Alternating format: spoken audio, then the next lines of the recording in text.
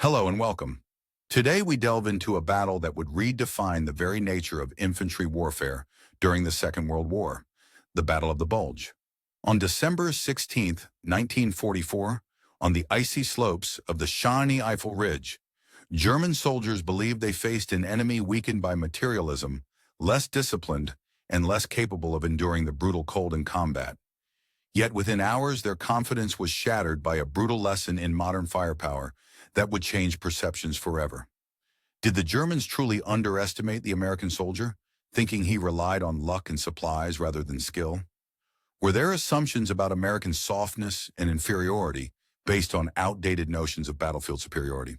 Could the legendary German weapons, like the MG-42 machine gun and the bolt-action Kar-98K, stand up to the relentless, rapid-fire assault of American semi-automatic rifles?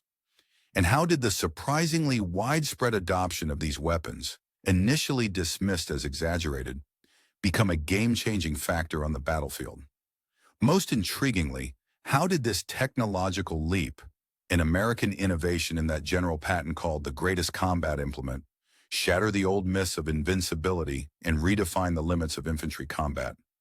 Could the disparity in firepower, with Americans wielding 11 semi-automatic rifles per squad against the Germans' 9 bolt-action rifles and a machine gun, be the decisive factor that turned the tide? In this video, we will trace the origins of this revolutionary weaponry, uncover the shocking truths behind German misconceptions, and reveal how American ingenuity transformed the battlefield into a relentless storm of firepower. Prepare to see how a simple rifle changed the course of history. And now let's begin with the dawn of December the 16th, 1944, when everything changed on the icy slopes of the Shawnee-Eifel Ridge. On the cold and unforgiving morning of December the 16th, in the year of 1944, precisely at 5:30 in the dawn's early light, the bleak, icy terrain of the Shawnee-Eifel Ridge, nestled along the Belgian-German border, bore witness to a tense and ominous scene. The ground beneath the boots of German soldiers was a cracked, frozen mass of mud and ice, snapping sharply underfoot as they readied themselves for what history would remember as the Battle of the Bulge, an event that would mark their largest and most ambitious offensive since the dawn of the Second World War in 1940. Positioned across the ridge, an estimated 200,000 Wehrmacht soldiers, Germans, believed they had a clear understanding of their adversaries, the American soldiers. These German troops had been assured that the Americans relied heavily on material wealth and supplies, rather than pure fighting spirit, and that their citizen soldiers were fundamentally softer and less hardened than the renowned German warriors. Such assumptions filled the minds of these soldiers, who believed that their enemies were perhaps less disciplined, less motivated, and less capable of enduring the brutalities of combat. However, within only a few hours, this confidence was destined to be shattered into irreparable fragments. The stark realities of modern warfare, driven by a new calculus of firepower, were about to deliver a brutal lesson, one that would expose the fallacy of their long-held beliefs and demonstrate the true nature of American ingenuity and resourcefulness. The old notions of battlefield superiority and invincibility would be questioned, and the devastating effectiveness of American weaponry would come to the forefront in a way that would change perceptions forever.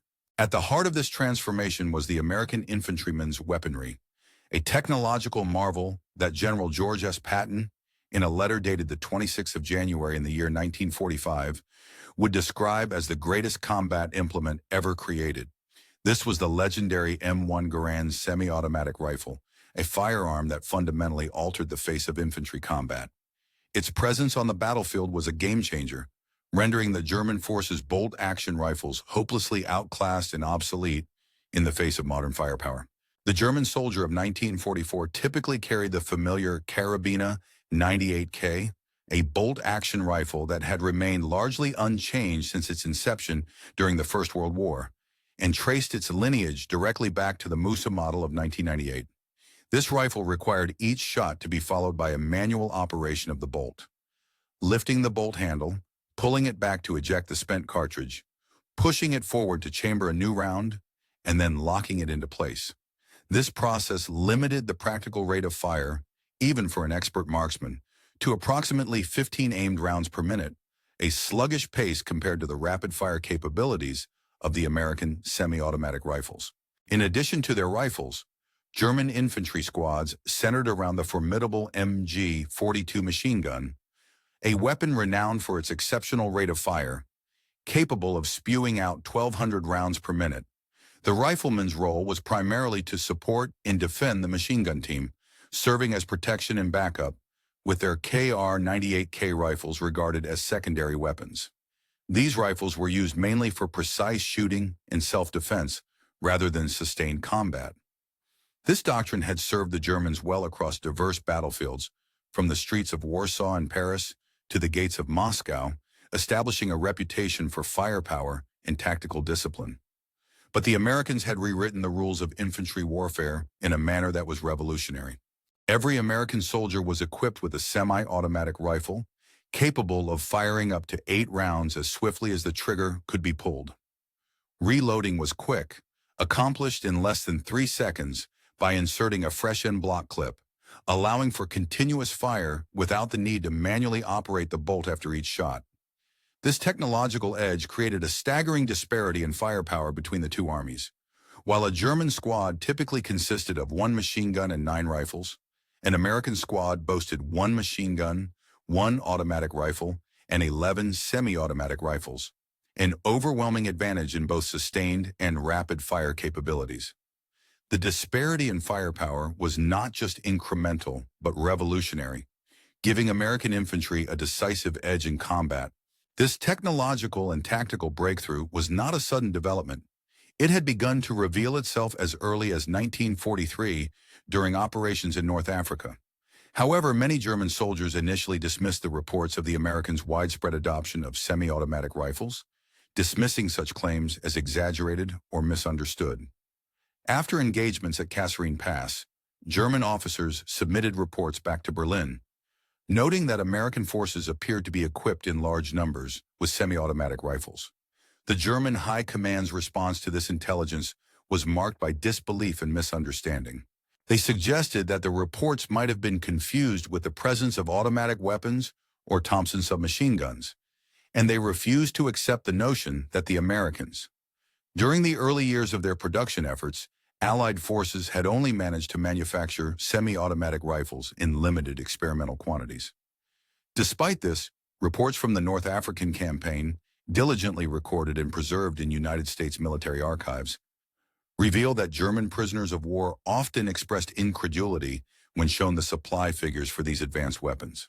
The Germans, who were well aware of their own manufacturing capabilities, found it difficult to believe that the Americans had developed and produced such semi-automatic rifles on any significant scale, let alone in the quantities necessary for widespread deployment. One notably revealing captured German document, originating from Tunisia and now housed within the National Archives of the United States, explicitly stated that American infantry units appeared to be equipped with semi-automatic weapons as standard issue.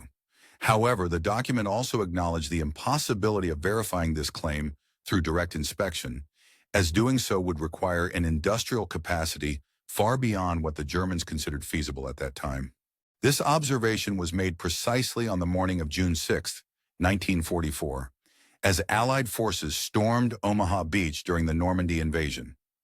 At that pivotal moment, the German defenders of the 352nd Infantry Division occupied positions overlooking the so-called Easy Red Sector, a crucial part of the beachhead. Post-battle German records, later captured and analyzed, painted a startling picture of the sheer volume of American rifle fire encountered by German troops during the assault.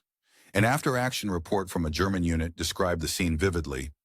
Enemy infantry maintains continuous rifle fire while advancing, the report noted. It was observed that there was no discernible pause in the enemy's firing to manipulate bolts or reload. Instead, the American soldiers unleashed a relentless barrage that surpassed the firepower of even the German machine gun positions. This relentless combat style, which came to be known as hedgerow fighting, significantly highlighted the disparity in firepower between the two sides, sharply illustrating the advantage conferred by semi-automatic rifles. In the relatively confined terrain of the Normandy beaches, where engagement ranges seldom exceeded 100 meters, the long-range marksmanship doctrine that German forces traditionally relied upon became largely irrelevant. Instead, what mattered most was the speed and volume of accurate fire delivered in rapid succession. The Germans understood that in such close quarters, the ability to fire quickly and sustain firepower was decisive. This reality was further confirmed by a captured German training manual, dated July 1944, and originating from the 3rd Fallschirmjäger Division. The manual explicitly acknowledged the American advantage. Enemy rifle squads generate fire that is comparable to our machine gun positions, it stated. Moreover, it noted that conventional suppression tactics, used against bolt-action rifles, were ineffective against American units equipped with semi-automatic rifles, which could deliver sustained fire with less effort and higher efficiency. German ordnance officers examining captured M1 Garand rifles, America's primary semi-automatic rifle, were reportedly astounded by the quality of manufacturing achieved at such a massive scale. The Garand operated on a gas system that utilized expanding gases from fired cartridges to automatically cycle the action, allowing for rapid firing without manual bolt manipulation. Its en-bloc clip system enabled soldiers to reload in mere seconds, significantly increasing their rate of fire during combat. Most remarkably, the rifles were manufactured to extremely tight tolerances, precision standards that German industry, despite its advanced engineering, could not match on a mass production scale. This high level of manufacturing quality contributed decisively to the rifle's performance and reliability on the battlefield. A technical intelligence report from the German Wehrmacht, dated August 1944, and now part of British military archives, further corroborated the superiority of the American semi-automatic rifle. It declared that the M1 rifle exemplified mass production techniques that the Germans found impossible to replicate. The report emphasized that components across thousands of rifles exhibited precise, uniform tolerances, enabling complete interchangeability of parts. Any component from one M1 could be fitted perfectly into another, ensuring consistency and ease of maintenance across the vast numbers in service. In contrast, the German G43 rifle, developed as their response to the M1 Garand, was hampered by the realities of wartime production. Although the G43 was designed as a semi-automatic rifle, its manufacturing process was far more complex and less scalable. Consequently, the G43 was mainly issued to specialized troops and snipers rather than regular infantry. Over the entire course of the war, German production of the G43 totaled just over 42,700 rifles, an abysmally low figure compared to the over 5,400,000 M1 Garands produced in the United States alone. This staggering disparity underscored the manufactured advantage held by the Americans regarding semi-automatic rifle technology. The most devastating demonstration of this firepower gap occurred during the Battle of the Bulge, which took place in December of 1944. German forces launched a surprise attack through dense Ardennes forest, achieving tactical surprise and overwhelming many sectors with their numerical superiority. Nevertheless, despite being often outnumbered and encircled, small American units held their ground. Their resilience immediately following each battleground engagement, detailed reports were meticulously recorded and preserved within military archives, offering a comprehensive account of the intense combat experiences faced by the 99th Infantry Division. In some sectors of the front, these soldiers found themselves vastly outnumbered, sometimes by a ratio of 3-to-1, yet managed to hold their positions primarily because of their relentless volume of rifle fire. An infantry sergeant vividly recounted, "We just kept firing. 8 rounds, then a reload, then 8 more rounds. The Germans simply couldn't break through that unyielding wall of lead." This relentless barrage resulted in German casualties during the initial week of their offensive, surpassing all estimates that military planners had initially prepared. It was clear from these accounts and the official figures that the American troops' defensive resilience was rooted in their ability to sustain overwhelming firepower. A captured operational directive from the formidable 12th SS Panzer Division provided further insight into the German perspective on American firepower. The order explicitly stated, "American small arms fire prevents movement even when outnumbering the enemy. Each enemy position must be treated as a site for automatic weapon emplacement." The stark numbers told an unequivocal story. By the end of December of the year 1444, American manufacturing plants had produced over 4 million M1 Garand rifles, an achievement that significantly contributed to the war effort. Springfield Armory, a crucial center of arms production, reached its peak output in January of the same year, manufacturing an astonishing 122,001 rifles during the month. This equates to approximately 3,936 rifles each day and about 164 rifles every hour around the clock without pause. The workforce at Springfield Armory itself exemplified the scale of American mobilization and industrial capacity. By June of 1843, women made up 43% of the total workforce, totaling 5,210 women out of a workforce of 12,955 employees. Remarkably, many of these women had no prior experience in manufacturing, yet they were instrumental in producing weapons that not only met but exceeded German quality standards. Alongside Springfield, Winchester Repeating Arms Company delivered more than 513,880 rifles to the war effort. Meanwhile, International Harvester, a firm historically engaged in manufacturing farming machinery, successfully transitioned to produce three 137,623 M1 Garands. Harrington and Richardson added another 428,600 rifles during and immediately after the war. This widespread, decentralized production approach ensured that no single bombing raid could cripple American rifle supplies, thereby maintaining a continuous flow of weapons to the front lines. The advent and widespread adoption of the M1 Garand fundamentally transformed infantry tactics. American squads became capable of executing marching fire assaults, advancing across the battlefield while maintaining superior, continuous fire. Official training films from the United States Army, preserved within military archives from 1843, clearly depict this tactic. Soldiers advancing in controlled bounds, each capable of delivering 8 carefully aimed shots while in motion. This technique allowed American troops to press forward with sustained firepower, disrupting enemy positions and morale alike. German tactical doctrine, codified in their 1843 infantry manual, relied on bolt-action rifles designed for fire and movement, with calculations for suppressive fire, ammunition expenditure, and assault tactics, all based on a presumed rate of fire that American soldiers exceeded by a factor of 3.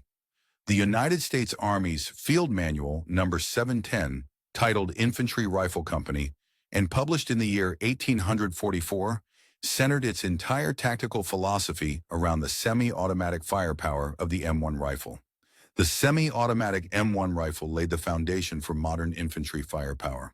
All tactical maneuvers assumed the ability of rifle squads to sustain continuous, rapid fire, which was only possible through an adequate and reliable supply of ammunition. American industry rose to this challenge impressively. The Lake City Army Ammunition Plant, located in Missouri and sprawling over 3,900 acres, produced billions of rounds throughout the war years. While specific figures for 30-06 ammunition production cannot be precisely verified, the total ammunition output for the conflict is estimated at approximately 7 billion rounds, more than enough to sustain unprecedented volumes of sustained fire across various battlefronts. During the tumultuous year of 1945, the logistical records maintained by the German Wehrmacht offer a revealing glimpse into their ammunition allocation strategies. Typically, an individual rifleman was supplied with 120 rounds, organized into 2 full clips for use during offensive operations. In stark contrast, American soldiers carried a more substantial basic load, 80 rounds stored in en bloc clips, supported by an extensive and continuous resupply system. This vast logistics network ensured that American troops were rarely left wanting for ammunition, allowing them to maintain sustained firepower without the immediate concern of running out of rounds. By the time the Battle of the Bulge unfolded in January of that year, the German offensive had largely come to a halt, with Allied forces mounting determined counterattacks amidst the biting cold of winter. Paradoxically, these harsh winter conditions, which many believed would favor the defenders, revealed an unexpected advantage for the American Army, equipped with the M1 Garand rifle. The severe cold had a pronounced debilitating effect on the German bolt-action rifles, which relied on manual cycling to chamber each new round. Frostbitten hands found it difficult to manipulate the bolt handle effectively, often struggling with the stiffened mechanism. Additionally, the cold caused the lubricating oils within the rifles to thicken considerably, making the bolt actions rather sluggish and slow to operate. Conversely, the semi-automatic M1 Garand was largely unaffected by these adverse conditions. Its design required only a simple trigger pull to fire, and this action could be performed even while wearing heavy winter gloves, something that was not feasible with traditional bolt-action rifles. Loading the end block clips in icy conditions was a task that often required dexterity and warmth. However, American soldiers could reload swiftly despite their numb fingers. In stark contrast, German troops wielding the Karabiner 98K had to load individual rounds into their magazines, a painstaking process made even more difficult by the freezing weather. Medical records from the Battle of the Bulge substantiate this advantage, showing that frostbite casualties among American riflemen were significantly lower than those among German soldiers.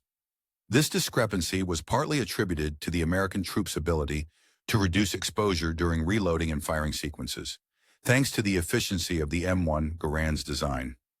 As the Allied forces prepared in March of 1945 to cross the Rhine River, German defenders faced a daunting and seemingly insurmountable challenge. Their defensive plans, documented meticulously by captured Wehrmacht records, were based on traditional firepower ratios inherited from centuries of military doctrine. One such document, marked with the German military insignia, calculated that each defender could effectively engage 3 attackers, a concept rooted in the military thinking dating back to Napoleon Bonaparte's era. This assumption rested on the premise that both sides would have equal rates of fire and similar operational efficiency. However, the reality of American firepower, particularly with the widespread deployment of the M1 Garand, defied these calculations. The semi-automatic rifle enabled American troops to unleash fire at a rate 3 times faster than the German defenders. This disparity in rate of fire rendered the traditional defensive mathematics obsolete. The German defenses, which were expected to hold with lower casualties, instead crumbled under the relentless, overwhelming firepower of the American small arms. The success of the Rhine crossings, achieving strategic objectives with casualties far lower than the planners anticipated, was largely attributable to this technological and tactical advantage, which allowed American troops to suppress and disorganize German positions more effectively. The story of the M1 Garand is inextricably linked to the broader tale of American industrial mobilization during the war. The Springfield Armory, situated in Massachusetts, underwent a transformation from a modest government arsenal into a colossal manufacturing powerhouse. Its main assembly building alone stretched over a mile in length, symbolizing the scale of wartime production efforts. Each rifle was fabricated through a complex process involving roughly 1,000 specialized operations performed by an array of precise machinery, enabling an extraordinary level of manufacturing efficiency. By 1940, the production of a single M1 Garand rifle required approximately 117 man-hours. This figure was significantly reduced 3 years later, in 1943, to just 75 man-hours per rifle. By the culmination of the war in 1945, the Springfield Armory could produce a complete rifle in a mere 31 man-hours of labor, at a cost of only $31, a stark decline from the initial price of $83 at the war's onset. This remarkable increase in production efficiency was accompanied by a profound change in the workforce composition. Women workers, who made up only 20% of the labor force in June of 1942, saw their participation rise to 43% a year later, exemplifying the vital role of female labor in the war effort. These women were rapidly trained in a matter of weeks to operate highly specialized machinery that ensured every part produced was interchangeable with every other, an achievement that German craftsmen, despite years of training, could not emulate to the same degree. Throughout the course of World War II, even soldiers who were not highly skilled with firearms could still deliver a significant volume of effective fire, thanks in part to the revolutionary design of the semi-automatic rifle that the United States adopted. This innovation fundamentally transformed infantry tactics and training, notably at Fort Benning, Georgia, where the Army's infantry school undertook a comprehensive overhaul of its training methods centered around the M1 Garand rifle. Historical training reports dating back to 1943 reveal striking improvements in the shooting proficiency of new recruits, following the integration of semi-automatic rifles into their arsenals.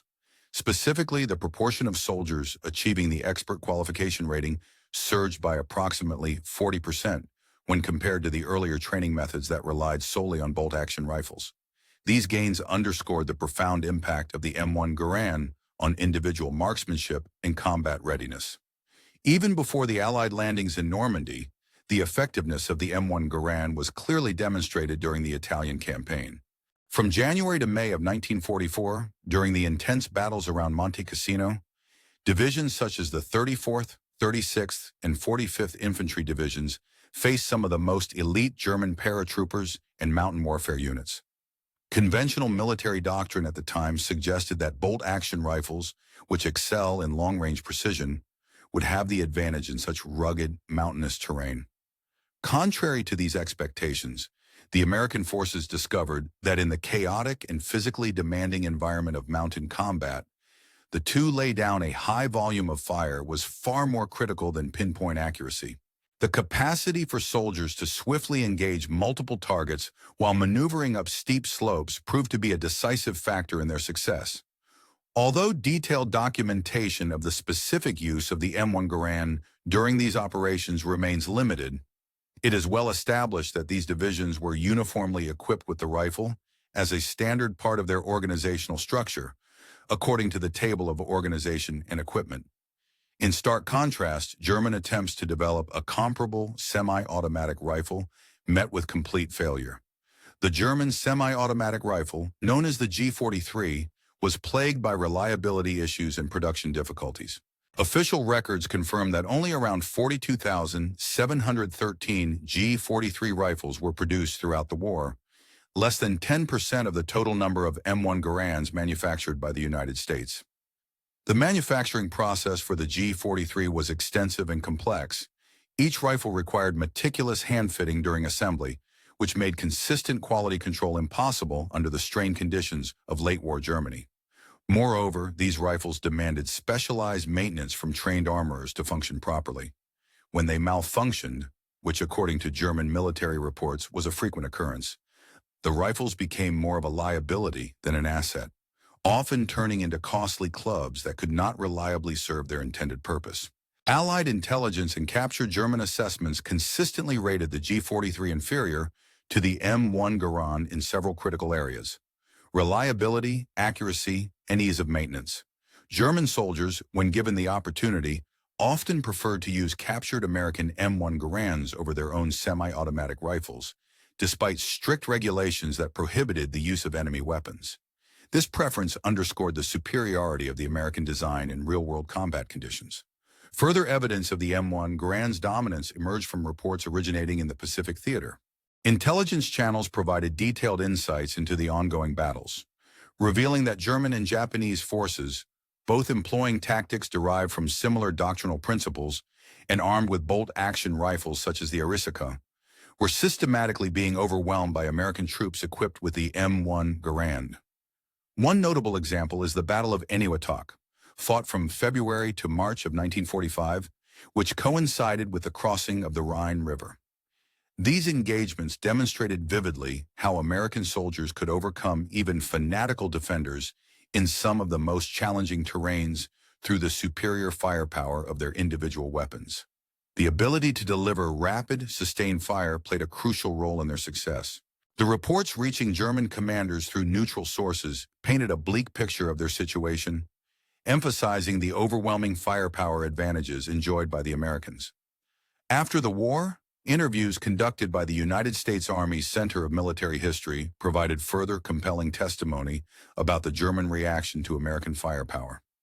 Combat veterans and interrogators alike consistently recorded German prisoners expressing astonishment at the capabilities of the American rifles, particularly the M1 Garand. In sum, the widespread use and effectiveness of the M1 Garand during the Second World War not only revolutionized infantry tactics, but also decisively contributed to Allied successes across multiple theaters of combat. Its unmatched reliability, rapid-fire capability, and ease of use rendered it a weapon of unmatched superiority, earning the admiration of both American soldiers and their enemies alike. In his post-war memoirs, Albert Kessler, who commanded German forces in Italy, vividly recounted the profound impact of the American infantry's weaponry. He noted that American soldiers, equipped with semi-automatic rifles, wielded a significant firepower advantage that German troops found nearly impossible to counter.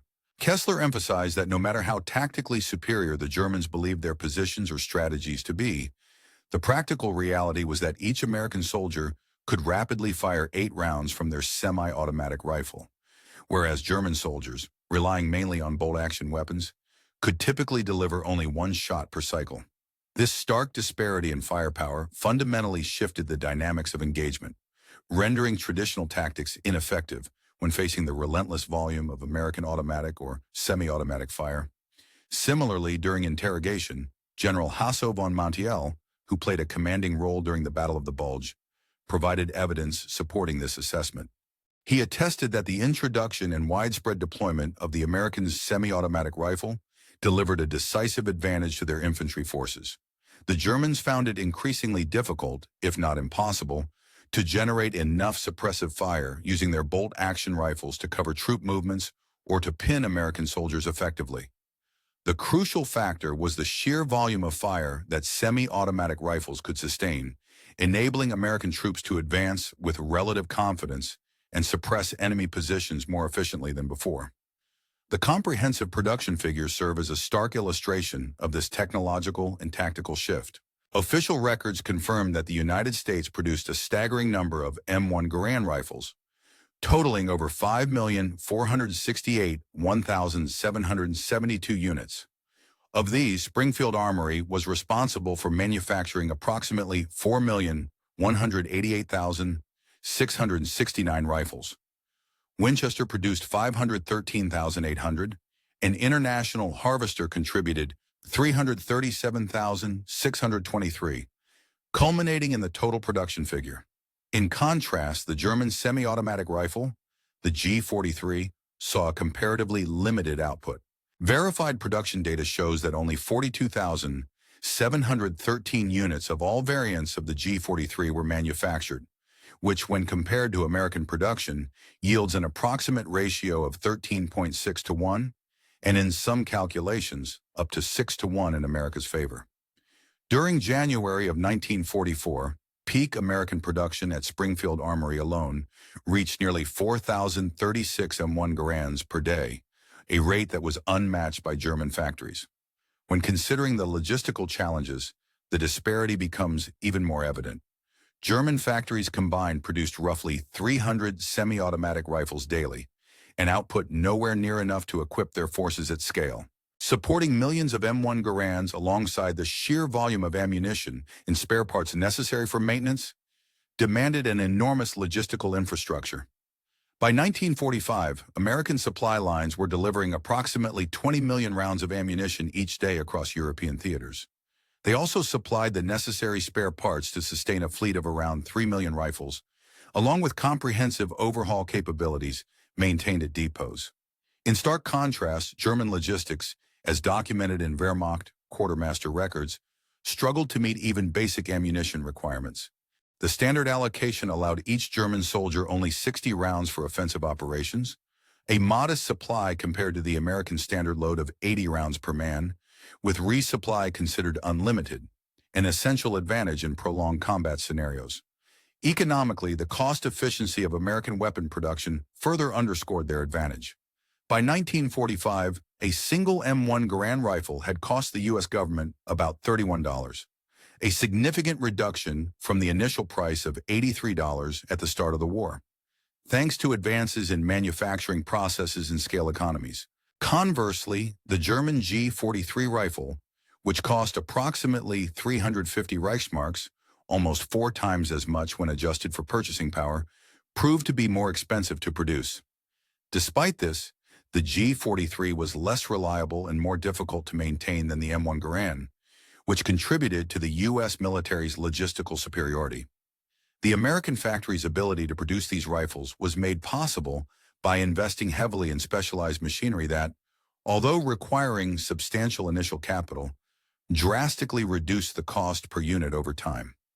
German factories, repeatedly targeted by Allied bombing campaigns and forced to relocate multiple times, never achieved comparable economies of scale. The extensive documentation preserved in the U.S. National Archives vividly captures German reactions to American small arms firepower. Interrogation reports reveal a consistent pattern. German soldiers and officers expressed astonishment at the capabilities of American small arms, recognizing that their own weapons lag behind in both volume and reliability. One particularly telling document is a captured German training circular from December of 1944, which attempted to prepare German troops for facing American forces armed with semi-automatic rifles. It explicitly instructed enemy riflemen to be considered as automatic weapon operators, signaling a fundamental shift in tactical thinking. Soldiers were advised to adjust their fire and movement tactics, anticipating continuous and aggressive fire from American positions rather than sporadic, controlled bursts. The circular underscored the need. In my personal view, the M1 rifle stands out as the most extraordinary and effective combat tool ever created, a true marvel of military engineering. This assertion is not made lightly. It is the result of careful observation and analysis of the rifle's outstanding performance during the intense European campaigns of World War II. General George S. Patton, a renowned military leader, fully grasped the essence of modern warfare. That victory was not merely a matter of individual acts of bravery or heroism, but was fundamentally rooted in the superior firepower that could be efficiently delivered by ordinary soldiers, armed with the right equipment. The remarkable success of Patton's Third Army during rapid advances across enemy lines was in part due to the infantry unit's ability to unleash overwhelming volumes of firepower almost instantly, without having to rely on machine gun support that could often be slow to arrive or insufficient in itself. The key innovation behind this capability was the weapon itself, the M1 Garand, whose design and manufacturing made such rapid and reliable firepower possible. This rifle was more than just a firearm. It was a symbol of American technological ingenuity and industrial might. The origins of the M1 Garand trace back to the Canadian-American inventor John C. Garand, whose full birth name was Jontius Garand. He embarked on developing his revolutionary rifle at Springfield Armory beginning in the year of 1921, just after the First World War had ended. His work culminated in a final design completed in the year of 1932, which was later officially adopted by the United States military on the 9th day of January in the year of 1936. Garand's primary goal was to create a weapon suitable for mass production, one that could be assembled efficiently by semi-skilled workers in large quantities without sacrificing quality or reliability. In a notable gesture of patriotism and dedication, Garand transferred all patent rights for his design to the U.S. government, opting not to receive any royalties despite the immense scale at which his rifle was produced. Millions of units in total. This act exemplified a core principle of American industrial policy, that simplicity, dependability, and ease of manufacture should be prioritized, enabling widespread distribution of advanced weaponry to ordinary soldiers. The design philosophy of the M1 Garand embodied these ideals perfectly, combining straightforward mechanisms with robust construction, thus ensuring that even less trained personnel could operate and maintain the rifle effectively. The M1 Garand was a tangible expression of American values through steel and wood, materials associated with durability and practicality, standing in stark contrast to the German military doctrine, which placed emphasis on highly specialized units equipped with niche weapons tailored for specific roles. In America, the doctrine was to arm every infantryman with the most effective technology available, democratizing firepower and ensuring that all soldiers had the capability to contribute meaningfully to combat operations. This approach was rooted in the broader societal ethos that prioritized mass production and industrial capacity as essential components of military strength.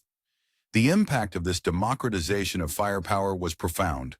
The rifle that helped secure victory in the war was not manufactured solely by large factories.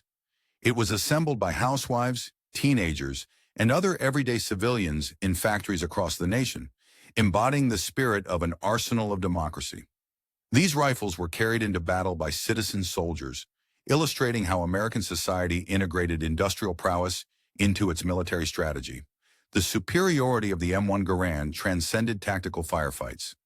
It had strategic implications, enabling U.S. military planners to conduct operations with confidence, knowing their infantry possessed a significant firepower advantage over adversaries. Conversely, German commanders faced a different reality. Their forces often found themselves outgunned at the fundamental level, which constrained their tactical options. To compensate, they relied heavily on machine gun support for offensive actions, which limited maneuverability and flexibility. This disparity impacted everything from small patrols to large-scale offensives, forcing German units into more rigid and less adaptable tactics. American small units, empowered by the M1 Garand's capabilities, could operate independently and aggressively, confident in their ability to deliver effective firepower at a moment's notice.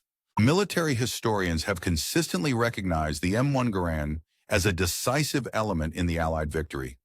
Dr. John Ellis, in his detailed analysis titled The Sharp End of War, estimated that the firepower superiority of American infantry contributed to approximately a 40% reduction in casualties compared to what would have been experienced if bolt-action rifles were still in use. The official history of the United States Army during World War II also emphasizes the importance of the semi-automatic rifle, stating that it provided American infantry with a significant advantage that was clearly observable across all theaters of the war. Today, the M1 Garand remains an iconic relic of World War II that is preserved and displayed in museums worldwide, celebrated as the weapon that helped turn the tide of history. For German veterans who faced it on the battlefield, the rifle came to symbolize the overwhelming industrial capacity and technological edge of American military power, an embodiment of how American industry and societal effort translated into battlefield dominance. During the turbulent years of the mid-20th century, it became evident that the principles underpinning industrial democracy had the potential to surpass the destructive capabilities of totalitarian militarism. This realization was exemplified during the Korean War, which spanned from 1950 to 1953, when communist forces launched relentless human wave assaults against United Nations troops. In this conflict, the M1 Garand proved its unmatched superiority once again, providing the Allied forces with a decisive edge in firepower and combat effectiveness. Equipped with the M1 Garand, the UN forces gained the capacity to deliver sustained, accurate semi-automatic fire that effectively shattered waves of attacking soldiers. These assaults, which might have otherwise overwhelmed units armed with outdated bolt-action rifles, were kept at bay through the rapid-fire capabilities that the M1 offered. This was no trivial advantage. It fundamentally altered the dynamics of infantry combat. Interestingly, when West Germany sought to rebuild its military forces during the 1950s, they rapidly adopted semi-automatic rifles as a standard issue. This shift was driven by the hard-earned lessons of the final years of the Second World War, specifically the catastrophic failures of bolt-action rifles' weaponry against modern, mechanized, and rapid-fire tactics. In the modern era, no capable military force would consider equipping its foot soldiers solely with bolt-action rifles. The design philosophy rooted in the success of the M1 Garand, namely, the principle of providing every infantryman with semi-automatic firepower, has become the foundation of contemporary infantry weaponry. The influence of the M1 was profound. It established a universal military doctrine emphasizing the importance of rapid, sustained fire from individual soldiers, thereby empowering ground troops and shifting the balance of firepower. This revolutionary concept of individual firepower was not confined to Western armies alone. The German Sturmgewehr, developed in response to the widespread deployment of the M1 Garand, directly shaped the design and development of the Soviet AK-47. Subsequently, the AK-47 influenced virtually all post-war infantry weapons, cementing the M1's legacy as a catalyst for a global transformation in infantry tactics and small arms development. The M1 Garand had not merely played a decisive role in winning a specific conflict, it had fundamentally revolutionized warfare itself. It demonstrated convincingly that the firepower wielded by a single soldier, when well-equipped and well-trained, could be as impactful as artillery or armored units, shifting strategic paradigms and battlefield realities. Fundamentally, the M1 Garand embodied a core aspect of the American approach to manufacturing. It was a product of a distinctly American production ethos, designed for mass production rather than for artisanal craftsmanship. Every component of the rifle was engineered with manufacturing efficiency in mind, optimized for assembly through specialized machinery operated by relatively unskilled workers. This approach prioritized simplicity, repeatability, and scalability, enabling the rapid production of large quantities of reliable weapons. This manufacturing philosophy would dominate global industrial practices for decades following the war's conclusion. In contrast, German production techniques emphasized the skilled craftsmanship of artisans who produced complex, limited-quantity weapons tailored for specific military needs. However, the failure of the German G43 rifle was not merely technical, it was rooted in this philosophical divide. The G43 was designed for an industrial system that lacked the capacity to support its complex manufacturing requirements, illustrating a fundamental mismatch between design and production realities. The success of the M1 Garand extended beyond mere battlefield victories. It served as a powerful proof that a democratic industrial society could triumph over totalitarian militarism by leveraging superior organization, mass production, and innovative manufacturing strategies. Every single rifle produced in vast quantities was tangible evidence that free workers within a democratic system could outproduce and outperform the forced labor systems characteristic of authoritarian regimes. The German soldiers who faced the M1 Garand learned this lesson in the harshest way possible, through relentless incoming fire that seemed endless and unrelenting. Instead of perceiving their adversaries as inferior, these soldiers soon realized that they were confronting an entirely different kind of warfare, one driven by technological and industrial superiority. They had been led to believe that their own training and fighting spirit made them invincible, but reality proved otherwise. The German troops discovered that they were increasingly obsolete, facing the future of warfare armed with weapons and tactics that their own regimes could not match. When German forces finally surrendered in May of 1945, their defeat was not solely military, it was also technological and industrial. The M1 Garand stood as an unmistakable symbol of this comprehensive defeat. It was a mass-produced weapon that outperformed the finest German craftsmanship, carried into battle by citizen soldiers who demonstrated extraordinary resilience and tactical ingenuity, outfighting trained professionals and seasoned veterans alike. The numbers told the story with undeniable clarity. Approximately 5,400,000 M1 Garands were produced, compared to just over 42,700 German semi-automatic rifles. This translated into a 3-to-1 firepower advantage at the squad level, providing American troops with a decisive edge. Furthermore, the M1 Garand bestowed upon the Allied forces a decisive edge in firepower, fundamentally altering the dynamics of combat during the conflict.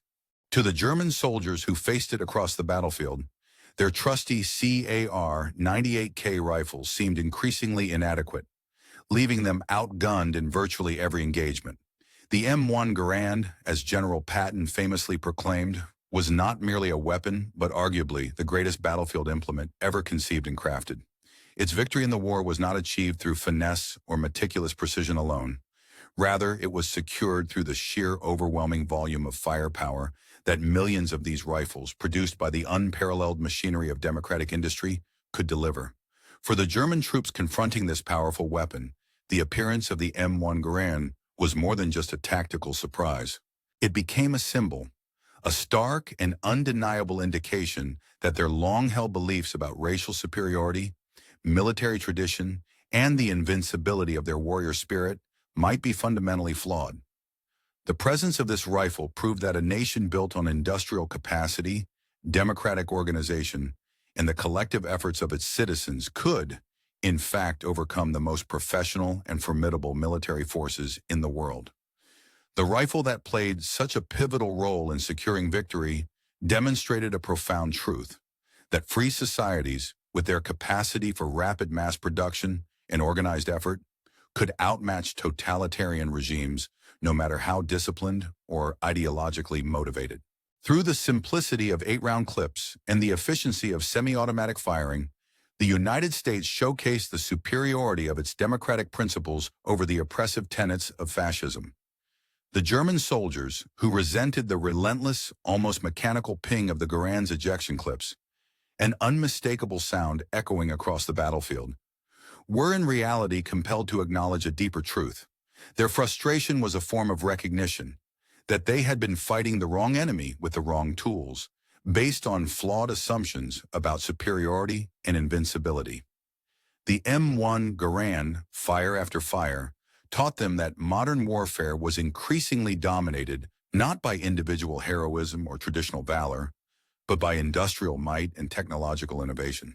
In the end, the Garand's greatest triumph lay in its ability to demonstrate that the strength of democracy's industrial base could overpower any adversary, regardless of how disciplined, motivated, or ideologically committed that enemy might be.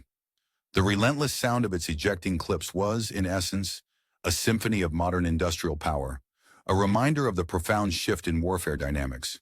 The soldiers who cursed that unmistakable ping were perhaps unknowingly cursing their own failure to comprehend the true nature of the conflict they were engaged in. A struggle not solely of armies and weapons, but of ideologies and worldviews. Today, the M1 Garand remains preserved in military museums and private collections around the globe. Despite being more than 80 years old, it continues to function reliably and is celebrated for its innovative design. It stands as an enduring symbol of American ingenuity, industrial strength, and the fundamental democratic principle that high-quality military equipment should be accessible to every soldier, not just a privileged few. For those who faced it in combat, the Garand was nothing short of unforgettable, a weapon that transformed ordinary citizen soldiers into superior warriors through mechanical advantage and technological superiority. The rifle proved decisively that in modern warfare, progress is driven by technological innovation and mass production, rather than archaic notions of tradition or ideological dogma. Its reputation as the greatest battle implement ever devised was earned through consistent and proven dominance on every battlefield where it was employed. Carried by soldiers who understood that they held in their hands a tangible symbol of democracy's answer to tyranny, the M1. Garand exemplified the power of industrial and technological might to shape the course of history. Its legacy endures, a testament to the enduring truth that true victory in war is ultimately determined by the capacity of a society to produce the best equipment and to use it effectively in the fight for freedom.